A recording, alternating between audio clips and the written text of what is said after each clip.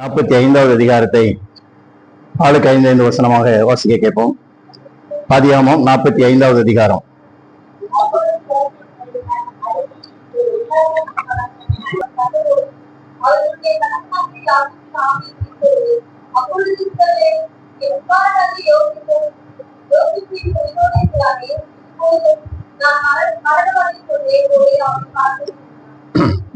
நாம் வாசித்த இந்த வேத பகுதியில யோசேப்பு தன்னை தன்னுடைய சகோதரர்களுக்கு வெளிப்படுத்துகிற ஒரு சம்பவத்தை நாம் இந்த வேத பகுதியிலே பார்க்கிறோம். 44வது அதிகாரத்திலே யூதாவினுடைய மனசாட்சியினுடைய குமுறலை நாம் பார்க்கிறோம். அதிலே நாம் பார்ப்பது, பாவங்கள் ஒரு நாளும் மூடி வைக்கப்படுவதில்லை. பாவங்களை மனிதன் தேவனிடத்திலே வாய்விட்டு கூறி மனசாகப்படுகிற வேளையிலே தேவன் என்ன செய்கிறார் என்று கேட்டால் அவனுடைய பாவத்தை மன்னிக்கிறார். ஆண்டவரிடத்திலே மனசாகப்பட்டு பாவத்தை அறிக்கை செய்யாத வரைக்கும் அந்த பாவங்கள் அவனுடைய சிந்தனையை விட்டு என்ன செய்வதில்லை, நீங்கி போவதில்லை என்பதை 44வது அதிகாரத்தை காண்பிக்கிறது. ஆகையினாலே மனிதனுடைய பாவங்களை பூமியிலே மன்னிக்கக்கூடிய ஒரே அதிகாரம் பெற்றவர் ஆண்டவராகிய இயேசு கிறிஸ்து என்பதை அந்த சம்பவம் நமக்கு நினைவுபடுத்துகிறது. இப்படி வாசித்த இந்த 45வது அதிகாரத்துல யோசேப்புக்கு கிட்டத்தட்ட 39 வயசாகிறது. ஆதியாகமம் 37ஆம் அதிகாரம் 2வது வசனத்தின்படி யோசேப்புக்கு 17 வயசு. 41, 46 படி யோசேப்பு எகிப்திலே உயர்த்தப்பட்டது 30வது வயதிலே. இப்பொழுது 7 வருஷம் பரிபூர்ணமான வருஷமாக இருந்தது என்று படிக்கிறோம். செழிப்பாக இருந்தது. அப்ப 37 வயசு. இப்ப 2 வருஷம் அந்த மாதிரியாக 45, 6 படி 2 வருஷம் போயிருச்சு, இன்னும் 3 வருஷம் இருக்கிறதுன்னு சொல்றான். அப்படின்னு சொன்னா கிட்டத்தட்ட இப்ப யோசேப்புக்கு வயசு எத்தனைன்னா 39 வயசு. அப்ப 17 வயசுல தன்னுடைய சகோதரரை அவர்கள் என்ன செய்யறார்கள் என்று கேட்டால் விட்டு போட்டார்கள். சுமார் 22 வருஷங்களுக்கு பிறகு இப்பொழுது யோசேப்பு தன்னுடைய சகோதரர்களுக்கு தான் யார் என்பதை அங்கே வெளிப்படுத்துகிறதை அங்கே நாம் பார்க்கிறோம். அந்த 45வது அதிகாரம் 1வது வசனத்திலே நாம் வாசிக்கிற வேளையில அவன் என்ன செய்கிறான் என்று கேட்டால் அடக்கி கொண்டிராமல் என்று தேவனுடைய வசனத்திலே வாசிக்கிறோம். அதாவது தன்னுடைய சொந்த சகோதரன் மேல இருக்கிறதான அந்த அன்பு, அந்த பாசம், அதை அடக்கி வைக்க முடியாமல் அது மாதிரியாக யோசேப்பு இருந்தான் என்று வேதத்திலே வாசிக்கிறோம். அப்ப அது எதை காண்பிக்கிறது கேட்டால் ஒரு உண்மையான இருதயம், ஒரு உண்மையான பாசம் என்ன செய்யும் என்று கேட்டால் வெளிப்படுத்தப்படும். அதனால உள்ளத்துக்குள்ள ஒண்ணு வச்சுக்கிட்டு வெளியில ஒன்று சொல்லுகிற அல்லது செய்கிற காரியம் கிடையாது உண்மையான பாசம். எனவே உண்மையான தேவனுடைய பிள்ளைகள் என்ன செய்வார்கள் என்று கேட்டால் பாவத்தை அடக்கி வாழ்வார்கள். பாவத்தை அடக்கி வாழ்வார்கள் என்று சொன்னால் மற்றவர்கள் செய்ததான தவறை அந்த மாதிரியாக அவமானப்படுத்த முடியாத மற்றவர்களுக்கு அந்த மாதிரியாக சொல்லி காண்பிக்க மாட்டார்கள். எனவே இங்கே யோசேப்பு கூட அவர்கள் செய்த தவறை அவன் அங்கே வெளியில் அவர்களுக்கு சுட்டி காண்பிக்கவில்லை. அப்ப ஒரு உண்மையான தேவனுடைய மனுஷன், ஒரு தேவ ஆவியை பெற்ற மனுஷன், ஒரு தேவனுக்கு பயப்படுவர்கள் என்ன செய்வார்கள் என்று கேட்டால் பாவத்தை அடக்கி வாழ்வார்கள் என்று வேதத்திலே படிக்கிறோம். பகை விரோதத்தை ஏற்படுத்தும், அன்போ சகல பாவங்களையும் மூடும் என்று பைபிள் எழுதியிருக்கிறது. எனவே யோசேப்பு தன்னுடைய சகோதரன் மேல் உள்ள அந்த பாசத்தை, அதாவது பரிசுத்தத்தை அவன் என்ன செய்ய பரிசுத்த, அதாவது உண்மையான தேவனுடைய பிள்ளைகள் பாவத்தை அடக்கி வாழ்வார்கள். அதே போல பரிசுத்தத்தை, பாசத்தை என்ன செய்ய மாட்டார்கள், அடக்கி வைக்க மாட்டார்கள். கோபத்தை அடக்கி வைப்பார்கள், ஆனால் பாசத்தை, அன்பை என்ன செய்ய மாட்டார்கள், அடக்கி வைக்க மாட்டார்கள். இதை அதுதான் நீங்க யோசேப்புடைய வாழ்க்கையிலே வாசிக்கிறோம். அவன் என்ன செய்வதுதான் என்று கேட்டால் இப்பொழுது தனக்கு முன்னாக நிற்கிறவர்கள் தன்னுடைய சொந்த சகோதரர்கள் 22 வருஷங்களுக்கு முன்பாக அவர் செய்த இந்த காரியங்கள் அவைகள் எல்லாம் அவன் அந்த மாதிரியாக அடக்கிக் கொள்ள கொண்டிருக்க கூடாமல் அவன் என்ன செய்கிறான் என்று கேட்டால் தன்னை வெளிப்படுத்துகிறான். இப்ப தன்னை அவளுக்கு வெளிப்படுத்துகிற வேளையில யோசேப்பு ஒரு உயர் அதிகாரியாக இருக்கிற அப்படின்னாலே அவனுடைய வீட்டில் இருக்கிற எல்லா வேலைக்காரையும் வெளியே போக சொல்றான். வெளியே போக சொல்லிட்டு அவன் என்ன செய்யறான்னு கேட்டீங்கன்னா 2வது வசனத்துல அவன் சத்தமிட்டு அழுதான். அப்ப வெளியில் இருக்கிற எகிப்தியர் பார்வோன் வீட்டார் என்ன செய்வார்கள் என்று கேட்டால் அதை கேட்டார்கள் என்று தேவனுடைய வசனத்தை படிக்கும். இதான் ஒரு உண்மையான பாசம். தன்னுடைய சகோதரர்கள் எல்லாரும் அவனுக்கு எதிரடியாக விரோதமாக காரியங்கள் செய்வதெல்லாம் உண்மைதான். ஆனா இப்ப யோசேப்பு என்ன செய்கிறான் என்று கேட்டால் அன்பினாலே நிறைந்த ஒரு மனுஷனாக அவன் சத்தமிட்டு அழுதான் என்று வேதத்திலே படிக்கிறோம். நீங்க ஆதியாகமம் 42:24 ஆதியாகமம் 43:30, இந்த 45வது அதிகாரம் 2வது வசனம் 14வது வசனம், அதே போல 46வது அதிகாரம் 29வது வசனம், 50வது அதிகாரம் 17வது வசனம். இந்த வசனத்தை எல்லாம் நீங்க படிச்சீங்கன்னா யோசேப்பு அழுதான் என்று எழுதியிருக்கிறது.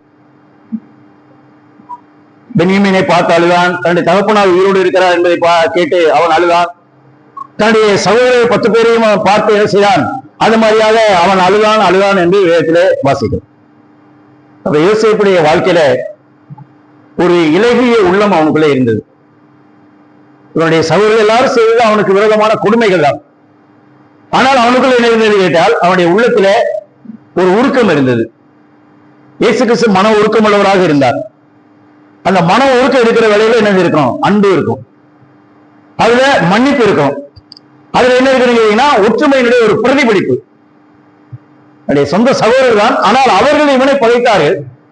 ஆனால் யோசேப்பு தன்னுடைய சகோதரர்களை பகைக்கவில்லை, அவர்களை மன்னித்தான், அவர்களை ஏற்றுக்கொண்டார் என்று வேதத்திலே நாம் படிக்கிறோம். நம்முடைய வாழ்க்கையிலும் இந்த அழுதான் என்பதை காண்பிக்கிறேன்னு கேட்டால் ஒரு உண்மையான பாசத்தை காண்பிக்கக்கூடியதாக இருக்கிறது. இயேசு கிறிஸ்து கூட இந்த எருசலேம் நகரத்தை பார்த்து அவர் அழுதார் என்று பைபிள் எழுதியிருக்கிறது. லூக்கா 19ஆம் அதிகாரம் 41, 42, அதே போல யோவான் 13, 34, 35 இதெல்லாம் வாசிக்கிற வேளையில இயேசு கிறிஸ்து என்ன செய்கிறார் என்று கேட்டால் அங்கே அழுதார் என்று வேதத்திலே வாசிக்க. எருசலேம் நகரத்தை பார்த்து, இந்த எருசலேம் நகரத்திலே ஆண்டவர் அநேக போதனைகள் செய்தார். அவர் எருசலேம் நகரத்தில் தான் என்ன செய்தார், சிலுவையிலே சகோதரர்களுடைய பாவத்துக்கு மறிக்கப் போகிறார். இதெல்லாம் கேட்டும் அவர்கள் என்ன செய்யாமல் இருக்கிறார்கள், மனம் திரும்பாமல் இருக்கிறார்கள் என்பதை பார்த்து அவர் என்ன செய்கிறார் என்று கேட்டால் அழுதார் என்று வேதத்திலே வாசிக்கும். அப்ப அழுகை எப்ப வரும்னு கேட்டீங்கன்னா ஒரு உண்மையான பாசம் இருக்கிற சமயத்துல தான்.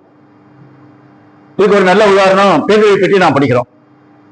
லூக்கா 22ஆம் அதிகாரம் 61, 62 படிக்கிற சமயத்துல இயேசு கிறிஸ்து சிலுவையை சுமக்கிற அந்த சமயத்துல அவர் பேதுருவை நோக்கி பார்த்தார் என்று எழுதியிருக்கிறது. அப்பொழுது என்று வாசிக்கிறோம். எப்பொழுதுன்னு அந்த பகுதியை பார்த்தீங்கன்னு சொன்னா ஆண்டவரை மறுதலித்து சபித்து சத்தியம் பண்ணின அந்த சூழ்நிலை. இந்த சந்தர்ப்பத்தில் ஆண்டவர் பேதுருவை நோக்கி பார்த்தார், ஒண்ணுமே பேசல. அடுத்த வசனங்களை வாசிக்கிறோம், பேதுரு வெளியிலே போய் மனங்க சென்று அழுதான். அப்ப ஆண்டவர் பார்த்த அந்த பார்வையில் என்ன இருந்துச்சுன்னு கேட்டீங்கன்னா அன்பு இருந்துச்சு, மன்னிப்பு இருந்துச்சு, இரக்கம் இருந்துச்சு.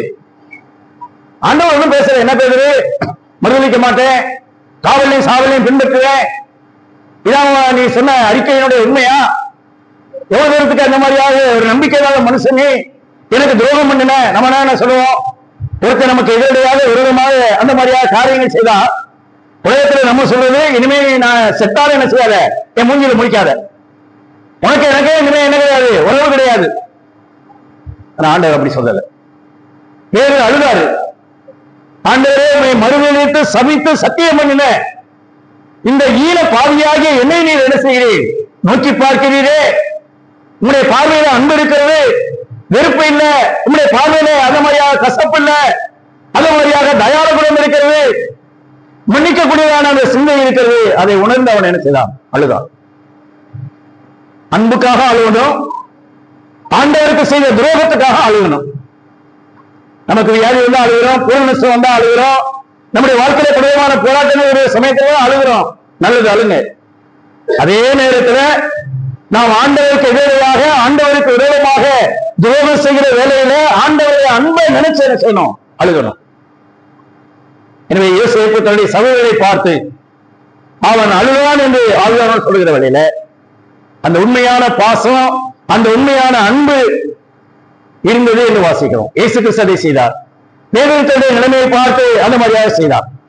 லூக்கா 20ஆம் அதிகாரம் 38வது வசனத்திலே வாசிக்கிற வேளையில பேதுரு அந்த இடத்துல ஊழியம் செய்து அவர் புறப்பட்டு போகிற வேளையில அவர் எல்லாரும் என்ன செய்தார்கள் என்று கேட்டால் அவனுடைய கழுத்தை கட்டிக்கொண்டு என்ன செய்தார்கள், அழுதார்கள் என்று சொல்லி அந்த அப்போஸ்தலர் 20ஆம் அதிகாரம் 38வது வசனத்திலே எழுதப்பட்டிருக்கிறது. அந்த வசனத்திலே பாருங்கள், பவுலின் கழுத்தை கட்டிக்கொண்டு அவனை முத்தம் செய்து கப்பல் வேறும் வரைக்கும் அவனுடனே கூட போனார்கள் என்று இடத்திலே வாசிக்கும். அவருடைய கழுத்தை கட்டிக்கொண்டு 37ஆம் வசனத்துல அப்போஸ்தலர் 10, 20, 37, 38 மிகவும் அழுத போகிறது. கழுத்தை கட்டிக்கொண்டு அழுதார்கள்.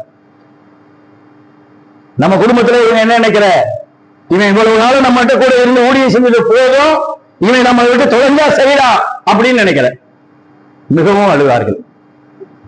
ஒரு நல்ல கர்த்தருடைய மனுஷன், நம்முடைய மத்தியில் ஆண்டவருக்காக சேவை செய்தவர், அவர் இப்பொழுது நம்மை விட்டு பிரிந்து போகிறார் என்று சொல்லி மிகவும் அழுவான். எல்லாரும் அவனுடைய கழுத்தை கட்டிக்கொண்டு அழுவார்கள் என்று வாசிக்கிறோம். நம்முடைய வாழ்க்கையிலும் அன்பு இருக்கணும், பாசம் இருக்கணும். அந்த மாதிரியாக மற்றவர்களை நேசிக்கக்கூடியதான அந்த உள்ளம், மன்னிக்கக்கூடியதான உள்ளம் இருக்கணும். நம்ம மாமியா என்னைக்கு சாவான்னு வீட்டுல இருக்கவே நினைக்க கூடாது.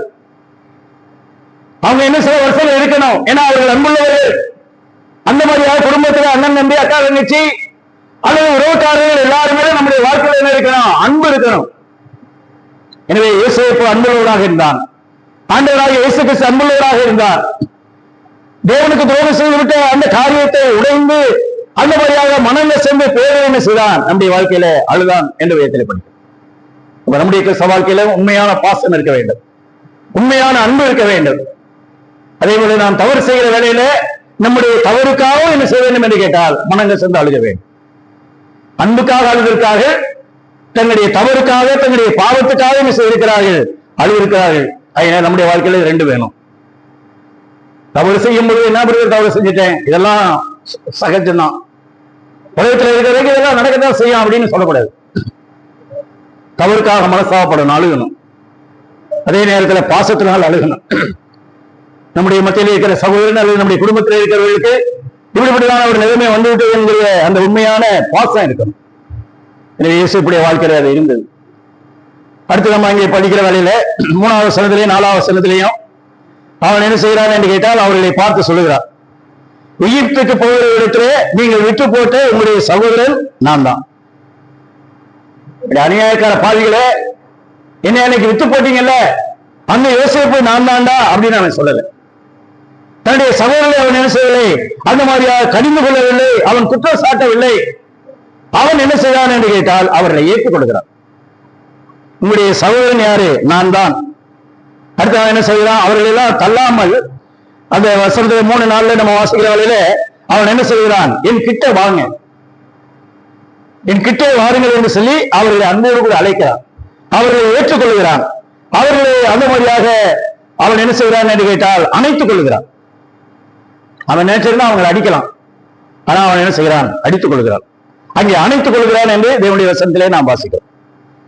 அப்ப நம்முடைய வாழ்க்கையிலும் கூட மற்றவர்கள் ஒருவேளை நம்முடைய குடும்பத்துல மனைவியோ அல்லது மாமியாரோ நாத்தனாரோ அல்லது நம்முடைய பங்காளியோ அல்லது நம்முடைய ஊர்க்காரனோ அந்த மாதிரியாக தவறுகள் ஒரு வேலை செய்தாலும் நம்ம விசுவாசியாக இருக்கிறவர்கள் என்ன செய்யக்கூடாதுன்னு கேட்டீங்கன்னா பலி வாங்கக்கூடாது. அவர்கள் மேல அந்த மாதிரியாக கோபம் கொள்ளக்கூடாது.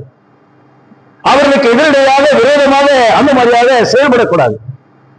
இல்லை, இவர்கள் செய்த இந்த தவறுக்காக இனிமேல் இவர்களை ஏற்றுக்கொள்ளவே முடியாது என்று சொல்லவும் கூடாது. எனவே யோசேப்பு தன்னுடைய சகோதரர் யாரையும் அவன் என்ன செய்யல? பழி வாங்கல. தன்னுடைய சகோதரரை அவன் என்ன செய்தான் என்று கேட்டால் நேசித்தான். அவர்களுக்காக என்ன செய்தான்? அவன் அழுதான். அவன் அழுகிற அந்த சத்தத்தை அடக்கி வைக்க முடியல, ரொம்ப சத்தமா அழுகிறான்.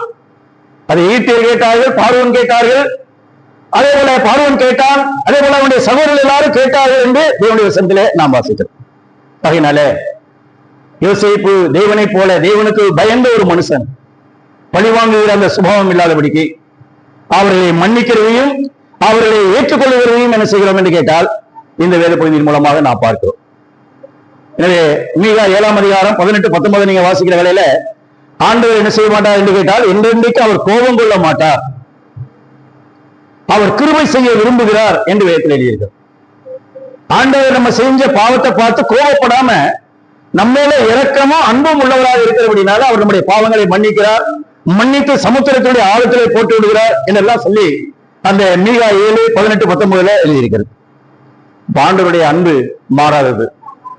அதே போல யோசேப்புடைய அன்பு ஒரு மாறாத அன்பாக தன்னுடைய சகோதரர்களை நேசிக்கிற காரியத்தை தான் அந்த 3வது வசனமோ 4வது வசனமோ நமக்கு நினைவுபடுத்தி காண்பிக்கிறது. அடுத்து இப்ப பாருங்க, 5வது வசனமோ இருந்து 8வது வசனம் வரைக்கும் நம்ம படிக்கிற வேளையில யோசேப்பு தன்னுடைய வாழ்க்கையில தேவனை மையமா வச்சு அவன் ஜீவிக்கிறான். பாருங்க, இப்ப 5வது வசனம் பாருங்களேன். என்னை ஆதியாகமம் 45:5 என்னை இவ்விடத்தில் விட்டு போட்டதுனாலே நீங்கள் என்ன செய்ய வேண்டாம், சஞ்சலப்பட வேண்டாம், அது உங்களுக்கு என்ன செய்ய வேண்டாம், விசனமாகவும் இருக்க வேண்டாம். சகோதரர்களை போல அவன் என்ன செய்கிறான் என்று கேட்டால் தைரியப்படுத்துகிறான். தன்னுடைய சகோதரர்களை குற்றம் சாட்டல. நீங்க ஒரு காலத்துல என்னை விட்டு போட்டீங்க, எனக்கு ரொம்ப கொடுமை பண்ணுனீங்க, அதனால இப்ப அதெல்லாம் பார்த்து நீங்க சஞ்சலப்பட வேண்டாம், நீங்கள் விசனமாக இருக்க வேண்டாம் என்று சொல்லி அவர்களை என்ன செய்கிறான், தைரியப்படுத்துகிறான். அவர்களை குற்றம் சாட்டவில்லை. பாருங்க, பைபிள் இல்லாத காலத்துல யோசேப்புக்கு இப்படிப்பட்ட ஒரு நல்ல சுபாவம் இருந்திருக்கு. அது காரணம் என்னன்னா, தேவனுடைய ஆவியானவர், அவனுக்குள்ள தெய்வ பயம், அவன் ஆண்டவர் தன்னோடு கூட இருக்கிறாருங்கிற அந்த சிந்தனையோடு கூட அவன் என்ன செய்திருக்கிறான் என்று கேட்டால் ஆண்டவருக்காக அவன் வாழ்ந்திருக்கிறான். அப்ப யோசேப்புடைய வாழ்க்கையில ஏற்பட்ட இந்த கஷ்டத்தை எல்லாம் பார்த்து அவன் தற்கொலை செய்யணும்னு அன்னைக்கு முயற்சிக்கல.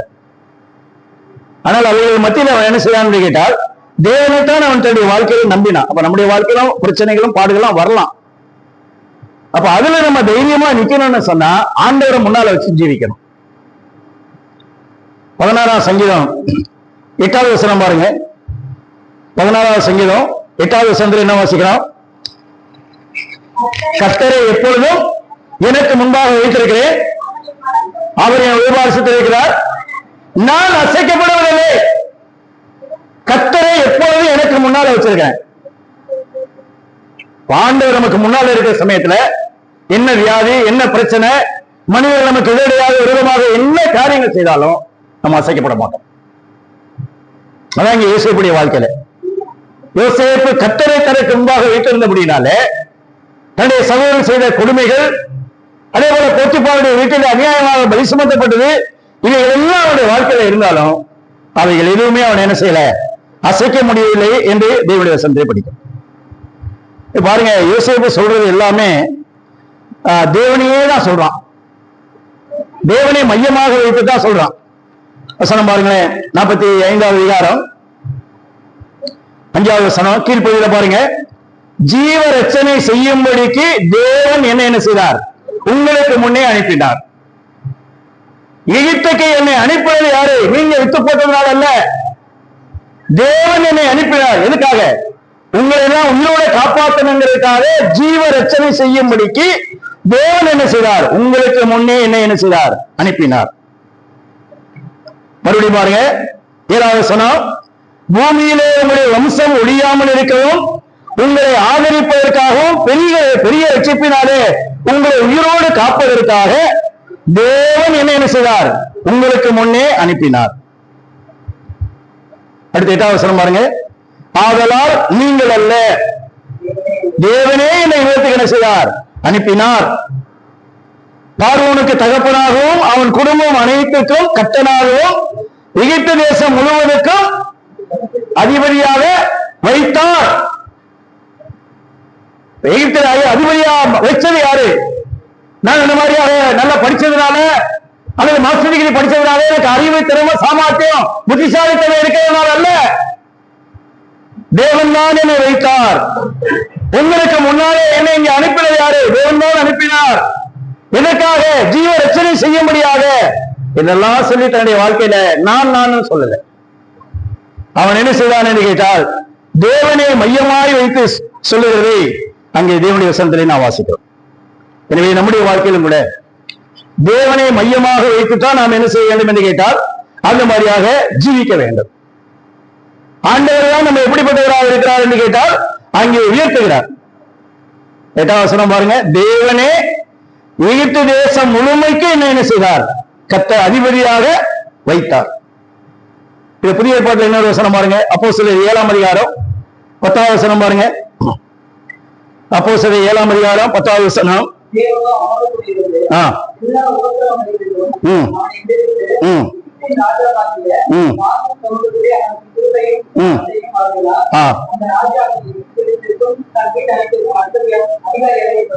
முதல்ல என்ன வாசிக்கிறோம்? தேவன் அவனுக்கு ஞானத்தை கிருபையும் அருளினார்.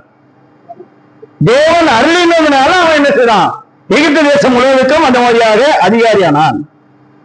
அப்ப தேவனே எகிப்து தேசம் முழுமைக்கும் அதிகாரியாக்கினார். தேவனே எனக்கு ஞானத்தையும் கிருபையும் என்ன செய்தார், அருளினார். அப்படி என்று சொன்னால் நம்ம உயர்த்துறது யாரு? ஆண்டவர் தான். நீங்க என்னதான் பரீட்சையெல்லாம் எழுதினாலும் ஆண்டவர் உங்களை உயர்த்தணும். உங்களுடைய படிப்பு உங்களை உயர்த்தாது. உங்க சொந்தக்காரன் 1000 பேர் அரசாங்கத்தில் வேலை பார்க்கறதுனால உங்களை உயர்த்த முடியாது.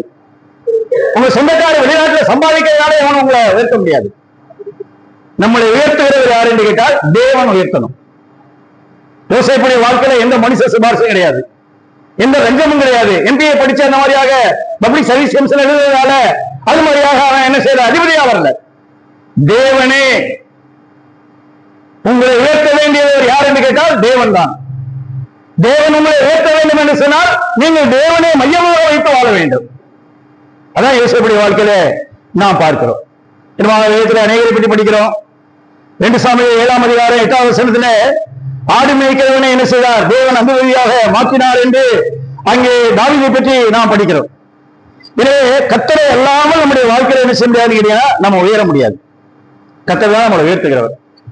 1 சாமுவேல் 2ஆம் அதிகாரம் 7வது வசனம் படிங்க. 1 சாமுவேல் 2ஆம் அதிகாரம் 7வது வசனம். அது விதமாய் வாசிக்கிறோம்.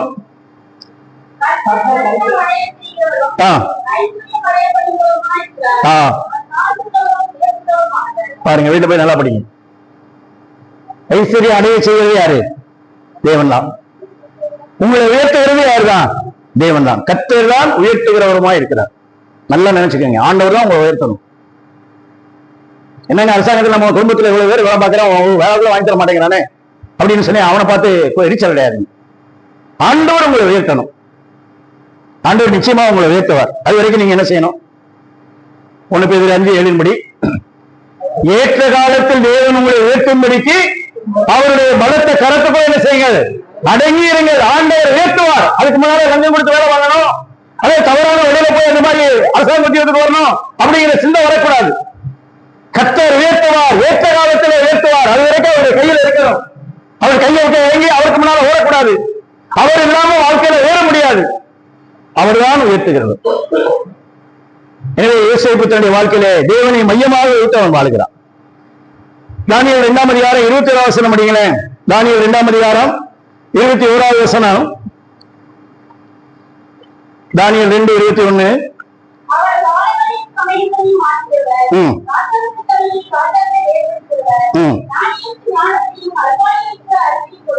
அதுல 3 வார்த்தை இருக்கு. அதை வீட்டுல போய் நல்லா தியானம் பண்ணுங்க. 1 மாற்றுகிறவர், 2 ஏற்படுத்துகிறவர், 3 கொடுக்கிறவர். ஆண்டவர் கொடுக்குறங்க. உங்க சொந்தக்காரன் 1000 பேர் கொடுக்கிறதால நீங்க வாழ்க்கையில உயர முடியாது. ஆண்டவர் தான் கொடுக்கிறவர். அடுத்தவங்களை ஏற்படுத்துகிறவர் யாரு? அவர் தான். அடுத்து உங்களுடைய மனைவி பிள்ளைகள் அல்லது குடும்ப வாழ்க்கையில் இருக்கிற பிரச்சனைகளை பஞ்சாயத்து பண்றதுனாலே அல்லது அந்த மாதிரியாக கோர்ட்டு ஏறுகிறதுனாலே அல்லது அந்த மாதிரியாக பிரிந்து வாழ்கிறதுனாலே யாரையும் மாற்ற முடியாது. ஆண்டவர் மாற்ற வேண்டும், ஆண்டவர் ஏற்படுத்த வேண்டும், ஆண்டவர் கொடுக்கிறவர். இதான் சத்தியம். எனவே யோசேப்புடைய வாழ்க்கையில தன்னை எகிப்திலே அதிபதியாக ஏற்படுத்தினது, தன்னுடைய ஆடு மேய்க்கிற அந்த தொழிலிலிருந்து மாற்றினது, அந்த மாதிரி இந்த உத்தியோகத்தை எல்லாம் கொடுத்தது யார் என்று கேட்டால் தேவன் தான். அப்ப யோசேப்பு தன்னுடைய வாழ்க்கையில அதை உணர்ந்தவனாக என்ன செய்கிறான் என்று கேட்டால் அதை சொல்லுகிறார். அதனால ஆண்டவரை மையமா வச்சு வாழுங்க. உங்க அம்மா அப்பா கொடுத்திருக்கிற சொத்தை வச்சுக்கிட்டு காடுகிற நிலவலம் ஆடு மாடு இதை வச்சுக்கிட்டு உயர்ந்துடலாம்னு நினைக்காதீங்க. இல்ல எனக்கு அறிவு இருக்கு, திறமை இருக்கு, ABCD 26 இருக்கு, என் பேருக்கு பின்னால போடலாம், அவ்வளவு படிச்சிருக்கேன், அது உயர்த்தாது. கர்த்தர் தான் உயர்த்தணும். தேவனை மையமாக வைத்து தேவனை சார்ந்து தேவனை பற்றி கொண்டு என்ன செய்யுங்கள், அவருக்காக வாழுங்க. ஆண்டவர் உங்களை உயர்த்துவார். ஆண்டவரை மையப்படுத்த வேண்டும், ஆண்டவரை சார்ந்து வாழ வேண்டும் என்பவர்களை தேவன் என்ன செய்யக்கூடியவராக இருக்கிறார், உயர்த்தக்கூடியவராக இருக்கிறார். அதைத்தான் இந்த வேத பகுதியிலே படிக்கிறோம். அடுத்து மறுபடியும் என்ன செய்யலாம், அந்த 14-15 வருஷத்தை நீங்கள் வாசிக்கிற வேளையிலே தன்னுடைய சகோதரர்கள் எல்லாரோடு கூட அவர் என்ன செய்யறான் என்று கேட்டால் அந்த மாதிரியாக ஒப்புரவாகிறான். மறுபடியும் அந்த 15 வசனத்திலே கழுத்தை கட்டிக்கொண்டு அதுதான் அந்த மாதிரியாக முத்தம் செய்தான் என்று தேவனுடைய வசனத்தை படிக்கும். இந்த கட்டிக்கொண்டு அழுகிறது, முத்தம் செய்கிறது, இதெல்லாம் எதை காண்பிக்கிறேன் என்று கேட்டால் ஒப்புரவாவதற்கு அடையாளத்தை காண்பிக்கக்கூடியதாக இருக்கிறது. பகை கிடையாது, அன்பு இருக்கிறது. இளைய மகன் என்ன செய்தான், தூரதேசத்துக்கு போனான், சொத்தையெல்லாம் அழித்தான், அவன் திரும்பி வந்தான். அப்ப தகப்பனார் என்ன செய்தார் என்று கேட்டால் அவனை ஓடி போய் அவனை கட்டி பிடித்து அவன் கழுத்தை கட்டி பிடித்துக் கொண்டு அவனுக்கு என்ன செய்தார் என்று கேட்டால் முத்தமிட்டான் என்று வேதத்திலே வாசிக்கிறோம். ஊதாரி பையில சொத்தை அழிச்சவன் என் பேருக்கு அந்த மாதிரி கலங்க இருந்து ஏற்படுத்தினவனே ஊழலை விட்டு விட்டு ஓடுவா, விட்டுக்குள்ள வராத அப்படின்னு தகப்பனார் சொல்லுங்க. நீ இவ்வளவு துரோகம் செய்திருந்தாலும், இவ்வளவு அவமானம் செய்திருந்தாலும் நான் உன்னை நேசிக்கிறேன். கழுத்தை கட்டி பிடித்துக் கொண்டு அங்கே அழுதான் என்று வேதத்திலே வாசி. அதாங்க ஒப்புரவாவதற்கு அடையாளம். அதான் இந்த மாதிரியாக மன்னித்ததற்கு அடையாளம். குடும்பத்துல இன்னும் பகை வச்சுக்கிட்டே இருக்கக்கூடாது, வர்மம் வச்சுக்கிட்டே இருக்கக்கூடாது. அந்த மாதிரியாக பெருமை, பொறாமை அதெல்லாம் நம்முடைய வாழ்க்கையில் இருக்கக்கூடாது. தாழ்வு இருக்கணும். நம்முடைய வாழ்க்கையில பகை, விரோதம் இருக்கக்கூடாது. அன்பு இருக்க வேண்டும். அன்பு என்ன செய்யும்? சகல பாவங்களே அந்த மாதிரியாக மூடும், மன்னிக்கும் என்றெல்லாம் தேவனுடைய வசனத்தை படிக்கிறோம். அதிகாரத்தை பாருங்க, யோசேப்பு என்ன செய்யறான்? இந்த சகோதரர் எல்லாரையும் பலி வாங்க நினைச்சிருந்தா பலி வாங்கி இருக்கலாம். அவன் அதிகாரியா இருக்கான், ஆனா செய்யலைங்க. அவன் என்ன செய்தான்? தன்னுடைய சொந்த சகோதரரை அவன் மன்னித்தான். அடுத்து போத்திபார கூட அன்னைக்கு விசாரிக்காம என்னை பிடிச்சி ஏழ போட்டுல என்று சொல்லி அவனையும் பலி வாங்கல. உன்னை டிரான்ஸ்பர் பண்றேன் தண்ணி இல்லாத காட்டுக்கு அப்படி சொல்லல. அடுத்து போத்திபாருடைய மனைவி ஏண்டி வா, அன்னைக்கு அநியாயமா பலி சுமத்தி என்னை ஜெயிலுக்கு அனுப்புறாள் அப்படின்னு சொல்லி அவளையும் பலி வாங்கல. அடுத்து பானபாத்திரக்காரன், டே உன் சொப்பனத்துக்கு நான் அர்த்தம் சொன்னேன், 2 வருஷம் கழிச்சு மறந்து போயிட்டேடா ரெண்டு கேட்ட வகையில, இதெல்லாம் சொல்லலைங்க. இவர்கள் எல்லாரும் என்ன செய்தான்? மன்னித்தான். இன்னைக்கு நம்ம என்ன செய்யறோம்? குடும்பத்தில் செய்த தவறுகளை மறுபடியும் சிக்கி காமிச்சுக்கிட்டே இருக்கிறோம். அந்த மாதிரியான மன்னிப்பதற்கு மனம் இல்லை, மறப்பதற்கு மனம் இல்லை, உண்மையான பாசம் இல்லை, உண்மையான நேசம் இல்லை.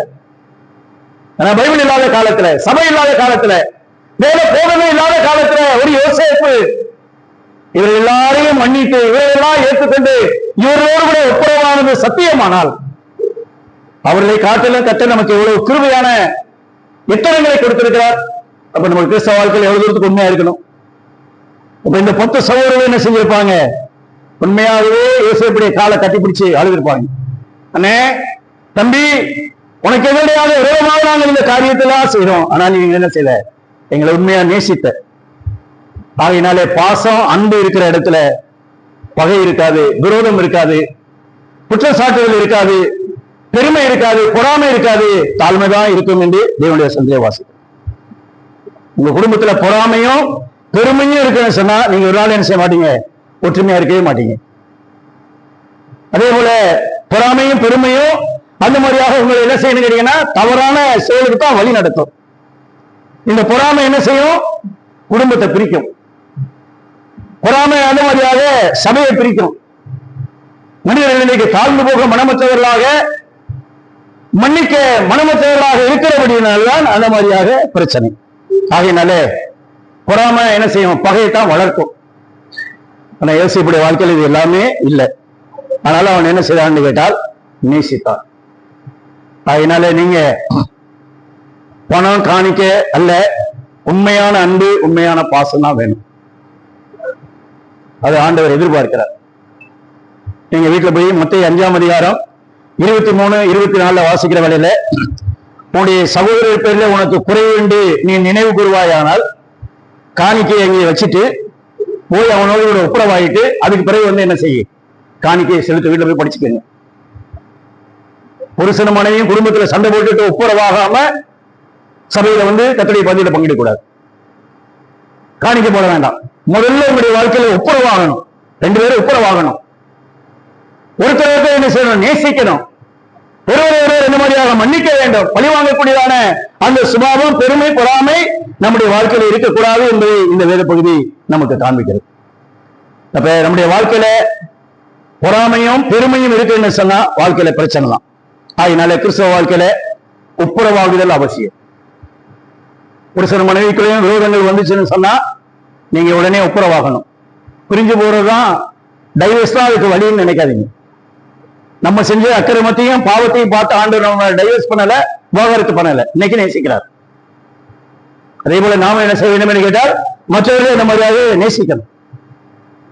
விரோதம், பகைகள் குடும்பத்துல வருகிற வேலையில எபேசியர்ல வாசிக்கிறோம், கோபம் கொண்டாலும் என்ன செய்யாம இருங்க? பாவம் செய்யாம இருங்க. சூரியன் அஸ்தமிக்கிறதுக்கு முன்னாக என்ன செய்யணும்?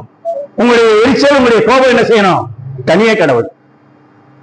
கிராமத்துல சொல்லுவான், புருஷன் பொண்டாட்டி அரிசி அடிக்கையில அடிச்சுக்கிட்டாலும் கோழி அடிக்கையில என்ன செஞ்சிடணும்? கூடிக்கிறணும். அப்ப அதனுடைய அர்த்தம் என்னன்னு கேட்டீங்கன்னா, அரிசி அடிச்சு உலையில போடுற சமயத்துல இங்க யாரும் அடிக்கிறது இல்லை. அப்ப அந்த நேரத்துல புருஷன் மனைவிக்கு வாக்குவாதம் வருது. அடுத்த வீட்டுல கோழி குழம்பு.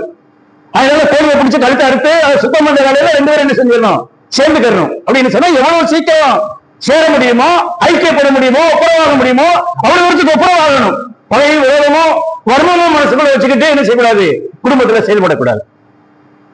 எனவே யோசேப்பு தன்னுடைய வாழ்க்கையில தன்னுடைய சகோதரனை நேசித்தான், அவர்களை மன்னித்தான், அவர்கள் மேலே அவன் அன்பு காண்பித்தான், அவர்களோடு அவன் என்ன செய்தான், அந்த வழியாக ஒப்புரவானான் என்று தேவனுடைய வசனத்திலே படிக்கும். நம்முடைய வாழ்க்கையில அது அவசியம். கிறிஸ்தவ வாழ்க்கை என்பது நீங்கள் நானும் வாழ்ந்து காட்ட வேண்டிய வாழ்க்கை. ஆண்டவரே வாழ்ந்திருக்கிறார், எனவே நாமும் வாழணும். நம்மகிட்ட உண்மையாகவே அன்பு கிடையாது. ஆனா நமக்குள்ள அன்பு உண்டு பண்ணது யாருன்னு கேட்டீங்கன்னா தேவனுடைய ஆவியானவர். ரோமர்கள் நிறுவனம் 5வது அதிகாரம் 5வது வசனம், எல்லாரும் எழுதி அதை பாருங்க. ரோமர் 5வது அதிகாரம் 5வது வசனம்.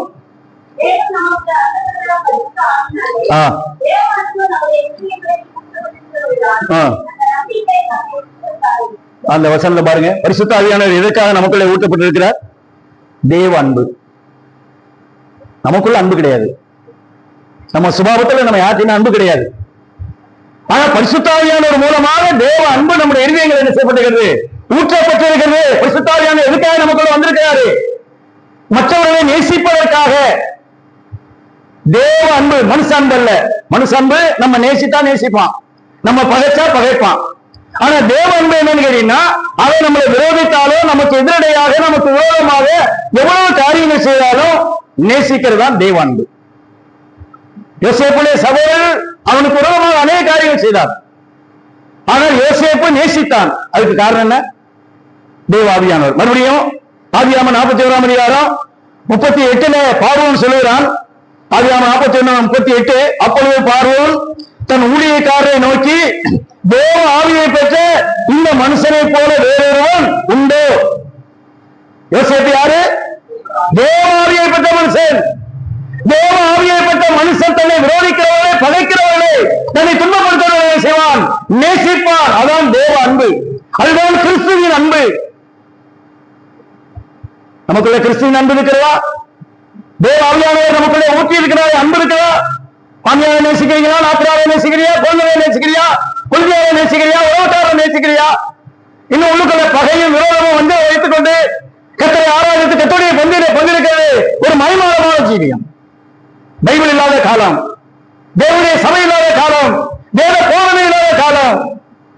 யோசேப்பு தேவ ஆவியை பெற்று மன்னித்தான், ஒப்புரவாக்கினான், பாசமும் அன்பும் உள்ளவனாக இருந்திருப்பான் என்று சொன்னால் நம்முடைய வாழ்க்கையில எவ்வளவு இருக்கணும் கொஞ்சம் யோசித்து பாருங்க.